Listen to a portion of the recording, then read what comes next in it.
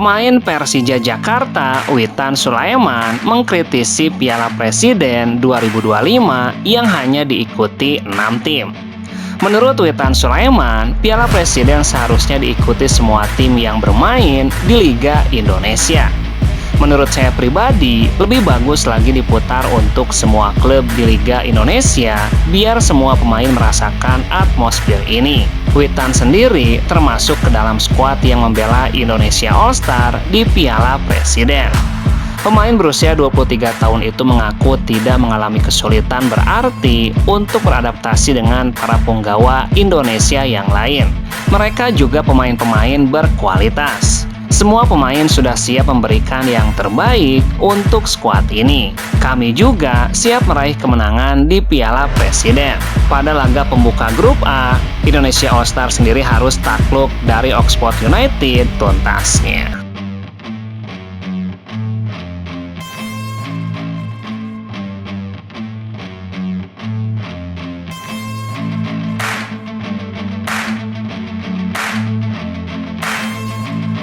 Ketua Umum PSSI Erick Thohir telah memberikan wewenang pelaksanaan Piala Indonesia kepada PT LIB dan juga klub-klub yang terlibat. Penyelenggaraan Piala Indonesia ini muncul seiring dengan harapan dari berbagai pihak dalam dunia sepak bola nasional agar kompetisi ini dapat kembali diadakan. Piala Presiden terakhir kali dihelat pada musim 2018-2019 dengan PSM Makassar yang menjadi meraih gelar juara. Kompetisi ini tidak dilaksanakan setelahnya, pertama akibat dampak dari COVID-19, tetapi hingga kini belum ada kepastian kapan akan diadakan kembali. Erick Thohir mengungkapkan, silahkan, domainnya silahkan kepada PT LIB. Dan juga klub-klub bersepakat seperti apa, bukan dari PSSI. Selain membahas Piala Indonesia, Erick Thohir juga menyinggung mengenai kemungkinan Piala Presiden dengan 18 tim. Jadi, kalau ditanya apakah musim kompetisi atau turnamen Piala Indonesia atau Piala Presiden ini bisa diikuti 18 klub? Jawabannya mungkin saja bisa selama kalendernya mumpuni. Itu karena pemain bukan robot, dia juga meski beristirahat. Tapi jika ada waktu yang panjang, pasti dihelat dengan semua klub tuntasnya.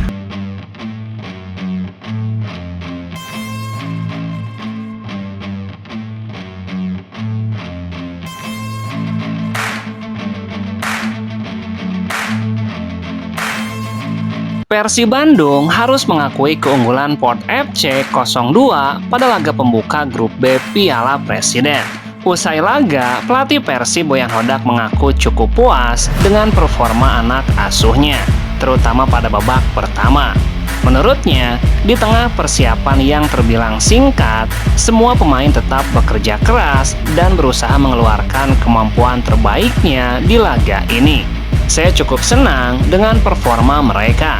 Terutama di babak pertama, kita tahu tim memiliki kesiapan yang sangat singkat. Hanya 1 pekan kami mempersiapkan tim ini dan kita belum memasuki tahap yang intens. Jadi mengenai jalannya pertandingan secara keseluruhan, saya cukup senang. Dengan 5 pertemuan latihan, terlebih di babak pertama, performa tim cukup menjanjikan.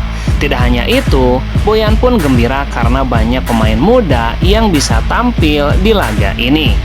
Menurutnya hal tersebut sangat baik untuk menambah rasa percaya diri dan meningkatkan level permainannya. Di babak kedua, saya memasukkan beberapa pemain muda yang perlu pengalaman. Tentunya ini satu hal yang bagus untuk mereka tuntasnya.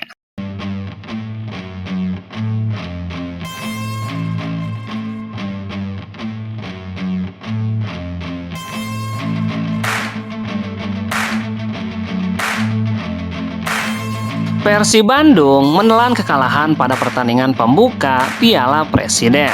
Hasil Persib menghadapi Port FC berakhir dengan skor 2-0.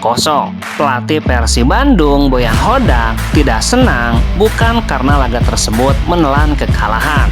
Namun, Boyan kecewa karena laga pembuka Piala Presiden ini langsung menelan korban cedera pemain senior Persib Bandung Ahmad Jufrianto dan rekrutan anyar Sadir Ramdhani. Pelatih Persib sejak awal sudah memaparkan jika Piala Presiden datang pada waktu yang kurang tepat.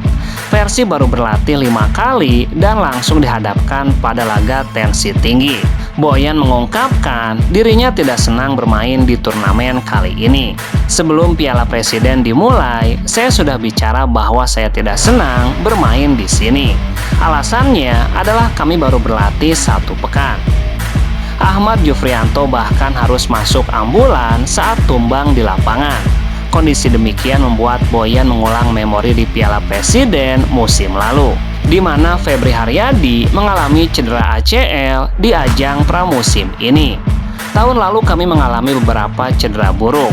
Karena kami tidak fit, sekarang kami ada 2 pemain, Jupe dan Sadil, yang mengalami cedera. Kita akan lihat seberapa parah. Kendati begitu, pelatih asal Kroasia ini senang timnya tampil apik di babak pertama. Hampir mendominasi pertandingan sebelum kebobolan terjadi jelang turun minum. Di babak kedua, ada banyak pemain muda dan pada akhirnya ini adalah pengalaman. Ini pengalaman bagaimana kami kebobolan di gol pertama dan gol kedua tuntasnya.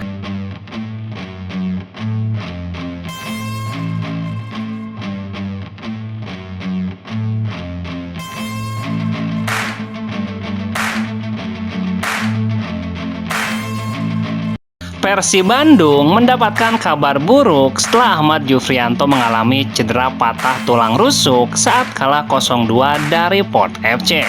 Dokter tim Persib, Wira Prasetya, mengabarkan Ahmad Jufrianto mengalami cedera patah tulang rusuk dalam laga tersebut. Setelah mendapatkan pertolongan pertama di lapangan, bek senior Persib itu ditarik keluar lapangan dengan menggunakan tandu dan posisinya digantikan Febri Haryadi. Wira mengatakan berdasarkan hasil pemeriksaan ditemukan adanya 2 ruas tulang rusuk di sebelah kiri yang patah. Meski begitu, secara umum kondisi pemain bernomor punggung 16 ini dalam keadaan baik. Setelah observasi, Jupe selanjutnya harus menjalani X-ray atau ronsen ulang untuk memastikan tindakan yang harus dilakukan tuntasnya.